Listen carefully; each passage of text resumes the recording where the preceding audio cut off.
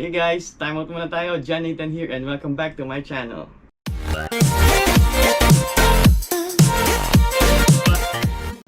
Happy New Year everyone! Okay, so in today's video, actually it's something different. We are going to open the gifts that I received. Sobrang thankful talaga ako sa year 2019 dahil sobrang daming blessings ko talaga nang tanggap. So ang dami kong gifts na natanggap galing kay... And speaking of blessings, tingnan nyo to. Tada! Sobrang dami kong gifts na natanggap and talagang inipon ko siya para sabay-sabay ko siyang bubuksan. So without further ado, let's open it one by one. So paano ba umpisahan? Siguro start natin sa maliit and then sa malaki, then alternate.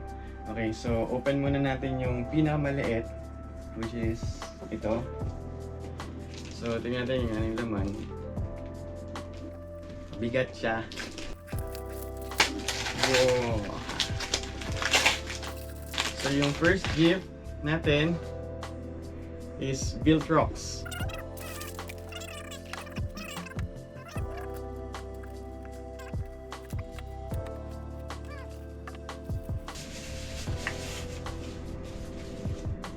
$85mm 1.8. Yari na naman. May kasama siyang ganito. Bagay na bagay ito sa XT3 ko. So, yun yung first gift natin. Panalo. Thank you. So, ano naman next natin? Mas malaki naman yung bubuksan natin. Let's open this.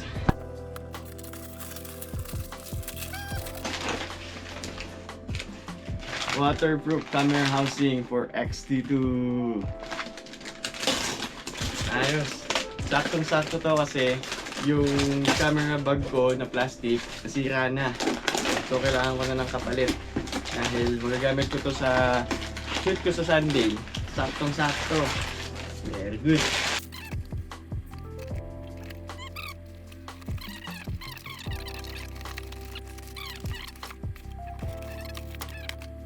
Woohoo! Tada! Yun. Wow! Panalo! Dito pala to. Tagal ko na naghahanap nito kasi laging nakikita ko yung XT1 lang tsaka yung XT3. Sa XT2 wala ko makita eh. Pero astig. Meron na ako. Ready na ako for next shoot. Underwater! Okay, panalo to boy. Mabigat siya, pero astig. Smile! Ayos! Okay, so open na tayo ng next. Happy kid na naman si Atan. So, balik tayo sa maliit. Open natin to. FPV goggles. FPV goggles. Oh, okay. So, ito yung ginagamit sa mga FPV, yung nilalagay sa mata para makikita mo yung live action ng FPV mo. Kung ano yung nakikita mismo ng FPV mo, ayun yung makikita mo dito. So, banking-banking ka ng ganyan. Gusto ko magpalipad ng drone, pero FPV, yung racing drone. So, ito yun. So, ibig sabihin, kung may ganito, may drone nakasunod.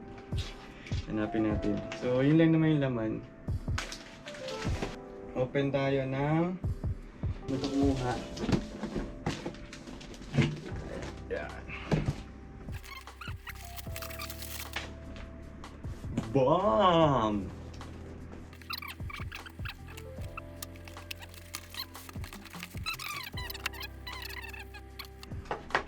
Oh, remote control. Astig ng remote control oh. Parang robot. Transformers, Decepticon. Wala akong idea paano siyang paliparin pero tingnan natin, matututunan din natin yan. Malasam cold ang datingan natin dito. Oh, ito yung pinaka-drone. Damn, monster! So ito yung drone. So lalagyan natin dito yung propellers. Ito yung battery niya. Yung battery niya kakaiba oh. Lalagyan mo na siya dito, alam ko. Tapos bagay na bagay dito yung GoPro ko. Yung GoPro ko sa 6 Kasi pangit yung camera na ito actually, yung mga ganito. So lalagay lang dito yung camera para lumilipad yung GoPro. Mas maganda yung resolution. So alam na, next na content ko ang paglipad ni Pedro Penduko. Stig. So far so good. Open muna natin. So open muna natin yung iba. Second to the last. Ano kaya ito? Uy, ito umaalog. Aircon. My second body.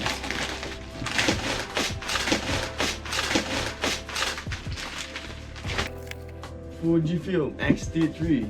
Pangalawang body ko na to. So, FYI guys, I have XT2 Fujifilm. So, itong XT3 yung mas advanced doon. And I think kailangan ko to kasi gumagawa na ako ng video. Sa XT2, medyo hindi siya capable gumawa ng video. So, hindi ko na-hit yung mga focus, lalo sa muka. So, kailangan ko talaga to. Nalo.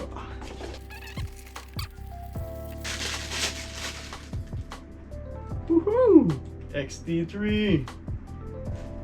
Parang parehas lang siya ng body ng XT2 ko eh.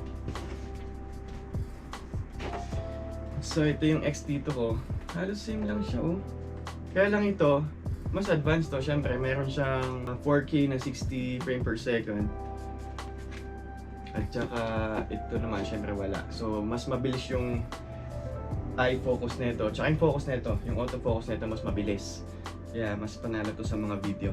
Sure na magagamit ko to sa mga videos. So panalo. Stig! Thank you! And last but not the least, I think ito yung pinakamalaking gift dito eh. Kailangan ko to ah. May umaalog din no? Mini ref na may laman na Radler.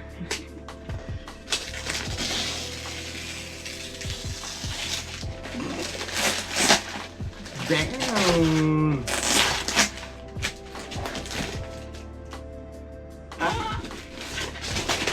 May pamalit na ako sa Spark ko. Kasi yung DJI Spark ko na drone, nagpaalam na siya. So kailangan niya na ng kapalit. Ganda ng timing bro! DJI Mavic Mini. Ano? DJI Mavic Mini. I think combo to eh, yung ganito. Yeah, combo. So kompleto siya.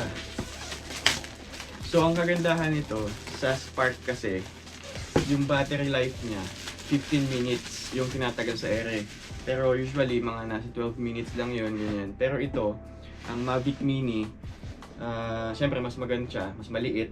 At saka yung battery niya tumatagal siya ng 25 minutes. Pero siguro mga nasa 22 minutes lang to. Pero matagal.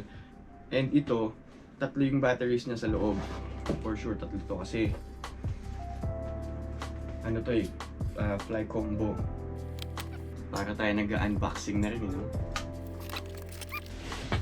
So, meron na siyang case. Mamaya natin buksan yung pen para surprise. Ano ba ito naman ito?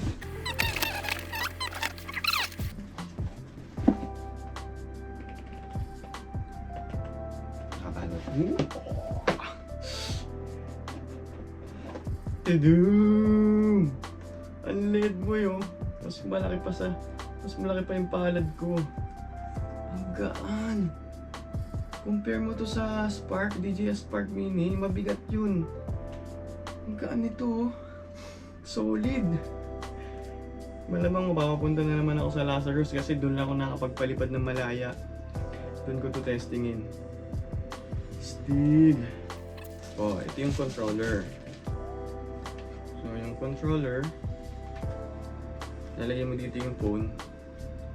Tapos, pwede na siya lumipad. Bakit ko lang ako? Ayun. Oh, iba siya sa DJI Spark. Sa DJI Spark kasi nakakabit na dito mismo yung pinaka joystick. Ito meron siyang kinakabit. Parang madaling mawala to sa akin Ako pa. Halos ganun din yung itsura niya. Tsaka yung size. Battery charger. So pag bumili ka ng Spark lang na ganito, ng Mavic Mini na ganito lang, yung hindi siya combo, ito lang, isang battery, tapos ito lang, yung remote controller. So kapag bumili ka ng Fly Combo, ang alam ko, talaga meron siyang 3 battery sa loob.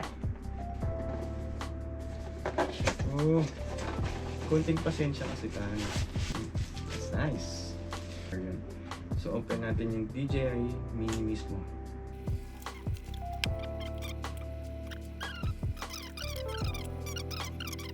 Ang kailangan ko na lang malaman kung saan pwede magpalipad. Kasi madami nang nakukulong na ganun.